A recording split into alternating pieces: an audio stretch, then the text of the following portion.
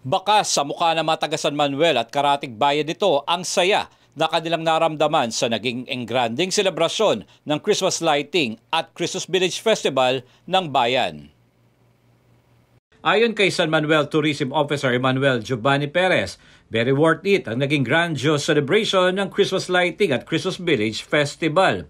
Ito'y dahil dinaya ito ng libo-libong katao di lamang sa San Manuel kundi maging sa ibang bahagi ng Luzon. Yes, worth it na worth it po kasi it's the 13th year celebration po ng Christmas Village at saka Giant Lantern. So hindi naman po kami aabot sa ganong katagal na selebrasyon o anibersaryo kung hindi po talagang worth it o hindi nagugustuhan ng mga tao.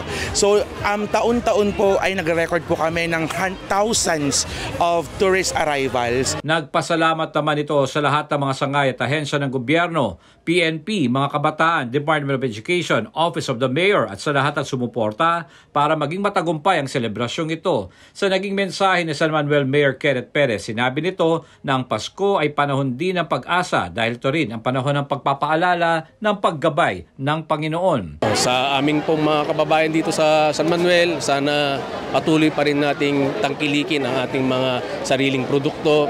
Magtulungan ho tayo, panatiliin ang disiplina sa ating mga sarili para sa atin din yan. Sana tulungan niyo po kami na mas lalong mapaganda at mas maging progresibo pa ang ating bayan dito sa San Manuel. Nangako naman si Vice Mayor Jericho Perez na susuporta nito ang lahat ng programa ng kanyang kapatid na mayor at ganun din ang Sangguniang Bayan. Anya, ito'y paalala ng kanilang ama na si former Mayor at Vice Mayor Salvador Perez na dapat magtulungan sa serbisyo sa publiko. Sa amin naman may pagkakaunawaan naman kami, pagkakaintindihan sa pamilya namin.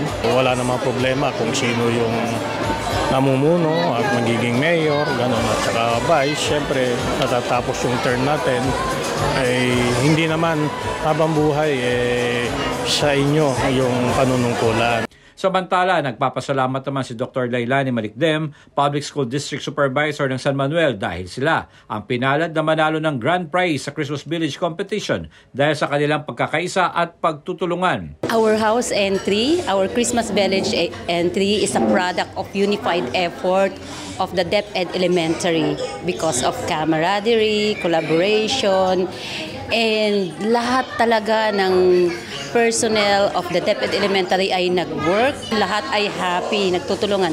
From the school heads to teachers, non-teaching personnel, utilities, also the pupils. Sila yung gumawa ng mga tulips with the help also of their parents. Pinasasalamatan din ito si Vice President at DepEd Secretary Sara Duterte sa maayos sa pamamahala ng DepEd, maging si San Manuel Mayor Perez dahil sa patuloy na suporta nito sa edukasyon, dahilan kung bakit sila ay 2 beses na nanalo ng Seal of Good Education Governance. Ngayong buwan ng Disyembre, idadaos ang Interbarangay Basketball League at Joint Christmas Celebration ng mga taga San Manuel. Pagdating naman sa taong 2024, mas pag-iibayuhin pa ni Mayor Perez at serbisyo para sa edukasyon kung saan magpapatayo ito ng classroom para sa San Roque High School. Para sa Diyos at Pilipinas kung mahal, J. Miguel Mendoza, SMNI News, North Luzon.